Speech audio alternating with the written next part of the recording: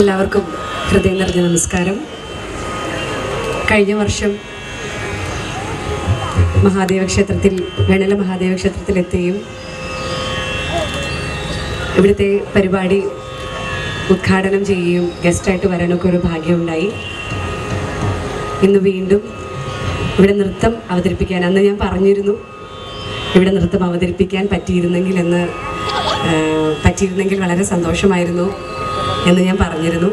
അതുപോലെ തന്നെ അമ്പലത്തിൽ നിന്ന് കറക്റ്റായിട്ട് ഉത്സവത്തിന് എന്നെ പെർഫോം ചെയ്യാൻ ക്ഷണിച്ചു.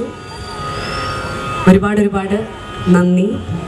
എൻ്റെ സ്നേഹം, സന്തോഷം എല്ലാം ഞാൻ വെണ്ണല മഹാദേവ ക്ഷേത്രത്തിനോടും അതിലെ ഭാരവാഹികളോടും ഹൃദയപൂർവ്വം അറിയിച്ചു കൊള്ളുന്നു.